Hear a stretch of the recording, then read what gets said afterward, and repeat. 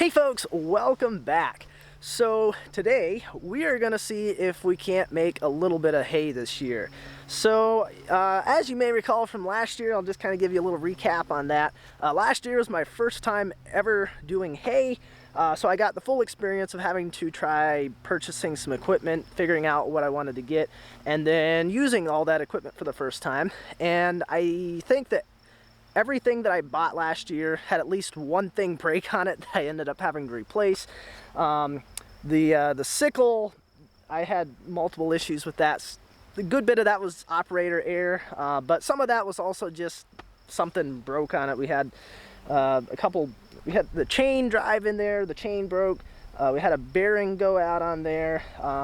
You know, just little things like that. Who knows? I forget how old this stuff is. The rake, I had a wheel that was pretty rusted out on that. That broke. The baler, that was the main thing that I had issues with last year. We'll talk more about that later. But as you can tell, it was quite the experience. And so what we're going to try doing here today is I'm not entirely sure that I have the baler fixed and up and running. So what we're gonna try doing is getting the sickle hooked up to the tractor. We're just gonna make, I don't know, 3 or 4 passes around this field, get a little bit of stuff cut, get that drying. I have a few things that I need to do on the baler. We're gonna mess with that a little bit, and then hopefully here in another few days, we'll have the grass dried out and we can test the baler out and see if that seems to be functioning. If it is, then I'll check the weather again and see if it looks good. We'll cut the rest of this field and then hopefully bale the rest of it as well. But what I don't want to do is have a repeat of last year, although it wasn't entirely the baler's fault, but get this whole field cut, have it on the ground, and then find out that I've still got issues with the baler and just have hay that's kind of rotting away out here. So we're gonna kind of do it in stages, and hopefully things maybe will go a little bit better, but I probably just jinxed myself by saying that.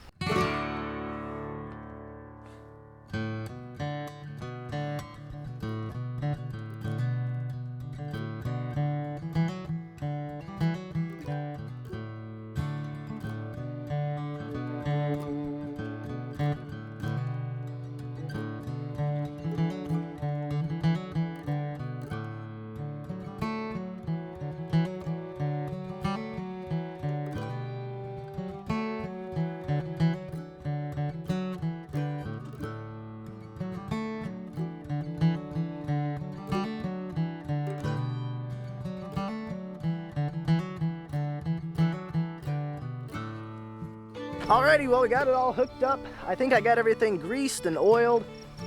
It moves really freely. I wasn't sure what it was going to be like having sat out here for the last year with, you know, no cover over it, but it moves real good. It feels smooth. Nothing's gotten all rusted, seized up or anything, so that seems to be a good sign. That was something that when I bought this last year, I spent a good bit of time just getting it loosened up. It was kind of seized. So I'm glad to see that's not something we're gonna have to mess with again this year. It also seemed to hook up a whole lot easier. I think probably part of that's that I sort of know what I'm doing a little bit better than I did last time. But anywho, I think we are ready to give this thing a go and see if we can't break something on it.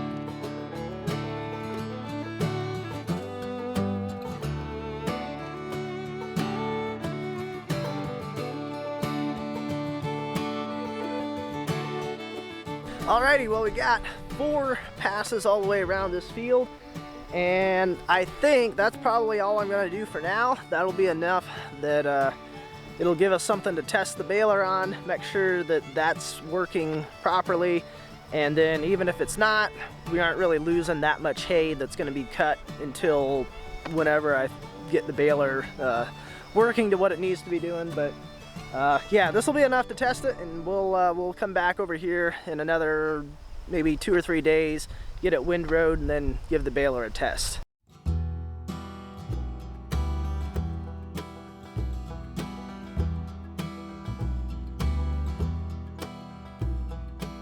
Alrighty, so while our hay is getting dried out over in the other field there, we're gonna do some work on the baler.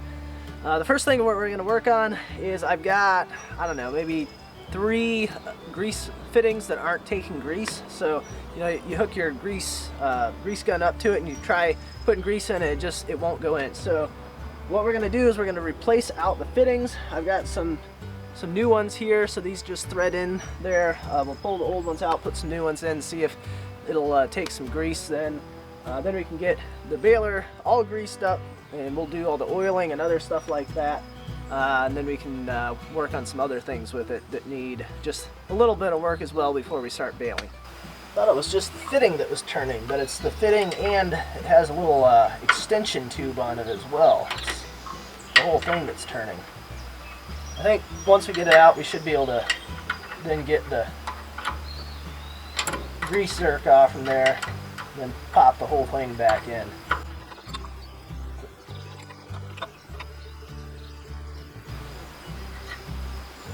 Alright. Ooh. That is nasty. You might need something to push into that to get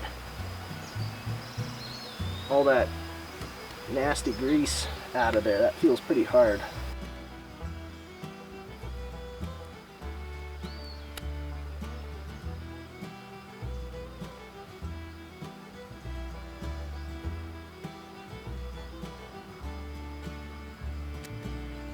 Hey, there we go. That's some somewhat softer grease. I know one thing's for sure, we definitely didn't get any grease into this pickup.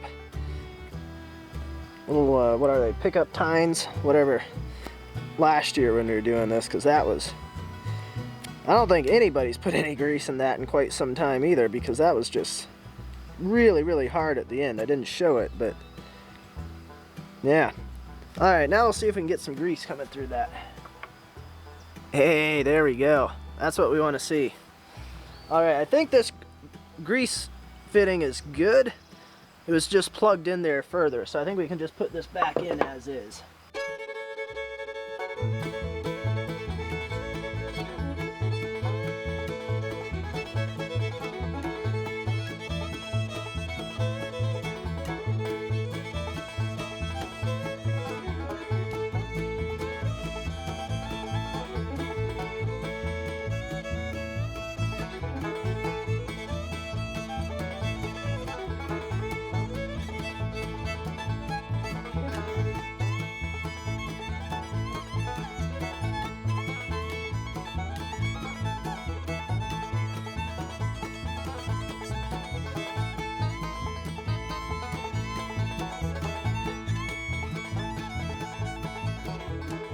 Alright, well, it's been a few days since we cut our little bit of hay over there, so it's getting pretty dried out. So the next thing we're going to do is going to get the rake hooked up to the Massey Ferguson.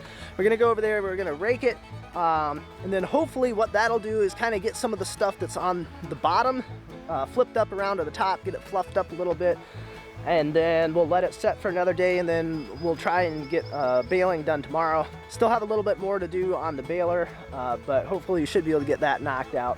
Ideally what I would do is I would have a tedder, which is basically a mixer for your hay. So it just kind of have a couple little things that kind of spin around like this, and it just fluffs the hay around, and it helps dry it out, and that's what it's designed for. You aren't really supposed to use a rake for this, but I think it'll work good enough for what we're doing. And again, we're just kind of doing this to test the baler out, not try and make, you know, super high quality hay.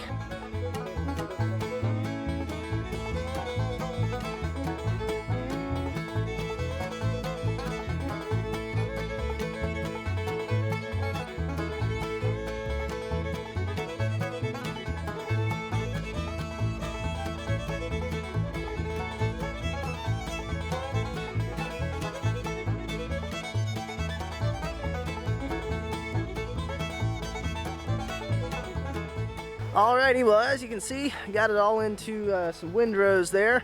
I did two passes into each windrow. That makes it a little bit bigger. They aren't huge windrows, but this cuts down on the amount of time that you gotta run around with your baler picking stuff up. So theoretically, this should make it go a little bit better with the baler, assuming it works the way that we want it to. And you end up spending, I think, less time with your bale tumbling around inside there, so I think you get less loss, like little bits and pieces falling out of your bales. So if you can make the bale a little quicker, you get more from what you're picking up. That was a really wordy way to say that. Hey kitty. Hi. Are you gonna come say hi for the camera? Yeah. Yeah. There. Let's sit up there. There we go. Okay. Alright, so one thing that I found that isn't quite right with this baler, it should be very fixable, but possibly could have been contributing to the issues with the shear pins breaking last year, is these little things right here. Now, these act as sort of a rest for the chain to sit on when the baler is empty or very, very close to being empty, with just, you know, a little bit of the bale starting in here. And what happens is, as your bale kind of grows in here, these will push back out of the way. However, if we come around over to this side over here, so there's a little spring in here and a bolt, and when these are properly adjusted, this washer down here at the bottom should be tight against this little spacer in here, and there shouldn't be any gap. But with having a gap in there, that can allow that to slide down like that, and then if that slides down, it doesn't let that push in. And both sides are like this, where that nut is screwed out a little bit too far, and these are able to kind of get locked in place, which is not the way they're supposed to be. So I don't know if that's enough, that if both of those had gotten hung up to where they're pushing in, whether that's enough that it would cause too much friction inside of the baler here and cause that shear bolt to break. But either way, we're going to try and get this thing properly. There's an ant crawling on my hat. Get these things properly adjusted, and hopefully maybe that might make this thing run a little bit better.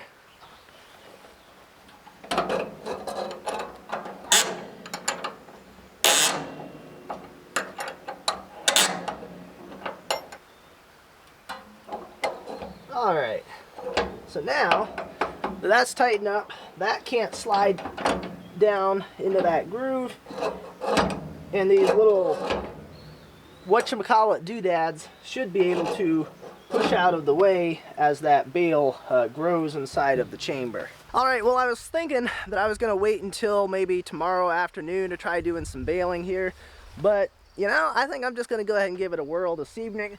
Hopefully the baler's good to go. I don't know, like I said, I think that might have been what was causing it, but I still don't know for sure if that was the cause of the shear bolts breaking, so we're gonna just go ahead and see what happens.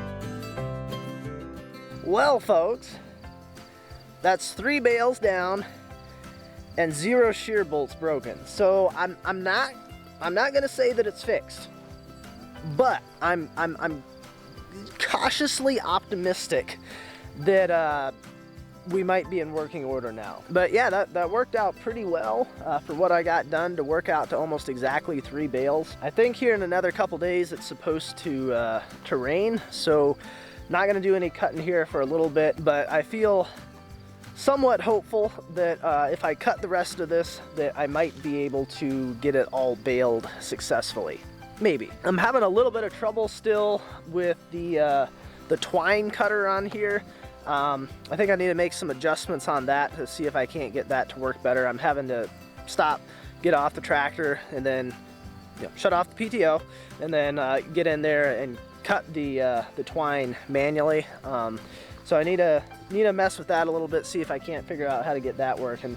I'm definitely not wrapping them enough. I've walked around and looked at all 3 of the bales, and I'm not getting enough twine on there, so I need to go a little bit slower and get them wrapped a little bit better, I think. But anywho, I think we're gonna wrap this video up here. I'll put the rest of the baling into a different video because we had all sorts of fun stuff with this one, with trying to get the baler greased and up and running and stuff. So I think this ought to make for a decent video on its own, just with this little bit. So I'm gonna wrap it up here. As always, I appreciate you guys watching, and I will see you next time.